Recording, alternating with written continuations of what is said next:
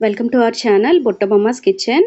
Protein మరియు fibre rich ఉండే mixed veg pulao ఎలా చేసుకోవాలో చూద్దామండి. ముందుగా అడుగు మందంగా ఉండే వెడల్పాటి పాత్రలో 2 tablespoons oil, 1 tablespoon గీని యాడ్ చేసుకొని, గీ వేడెక్కాక హోల్ బిర్యానీ స్పైసెస్ని యాడ్ చేసుకొని మంచి సువాసన వచ్చే వరకు వేయించుకోవాలి. ఇందులో సన్నగా పొడుగ్గా కట్ చేసుకున్న 1 కప్ వరకు ఆనియన్స్ని, 6 to 7 గ్రీన్ చిల్లీ, గుప్పెడు కరివేపాకు, అదేవిధంగా 1 tablespoon ginger garlic paste add చేసుకొని పచ్చివాసన పోయే వరకు వేయించుకోవాలి. ఇది బాగా వేగిన తర్వాత ఇందులో 1 cup carrot, 1 cup beans, 1 cup beetroot, 1 cup baby corn, అదేవిధంగా 1 కప్ క్యాప్సికమ్ వేసి బాగా కలుపుకోవాలి. బేబీ కార్న్ ఇష్టపడిన వాళ్ళు స్కిప్ చేయొచ్చు, మీకు నచ్చిన వెజిటేబుల్స్ యాడ్ చేసుకోవచ్చండి.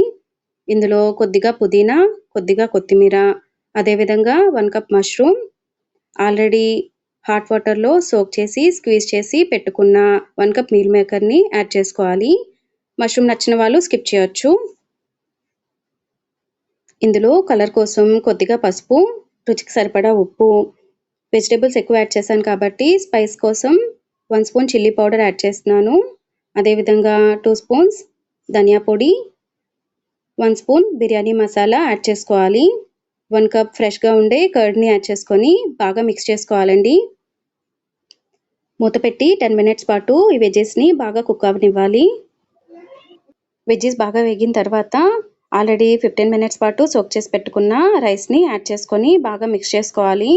నేను నార్మల్ రైస్ని తీసుకున్నాను కాబట్టి 1కి 2 చొప్పున 1 గ్లాస్కి 2 గ్లాసులు వాటర్ని యాడ్ చేసుకుంటున్నానండి. అదే బాస్మతి రైస్ అయితే 1కి 1.5 అయితే సరిపోతుంది. బిర్యానీ పొడి పొడిగా వస్తుందండి. మూత పెట్టి ఫస్ట్ 2 మినిట్స్ హై ఫ్లేమ్లో, తర్వాత 10 to 15 మినిట్స్ లో ఫ్లేమ్లో కుక్ చేసుకుంటే ఎంతో టేస్టీగా ఉండే మిక్స్డ్ వెజ్ పులావ్ రెడీ. మీరు కూడా ట్రై చేసి ఎలా ఉందో కామెంట్ చేయండి.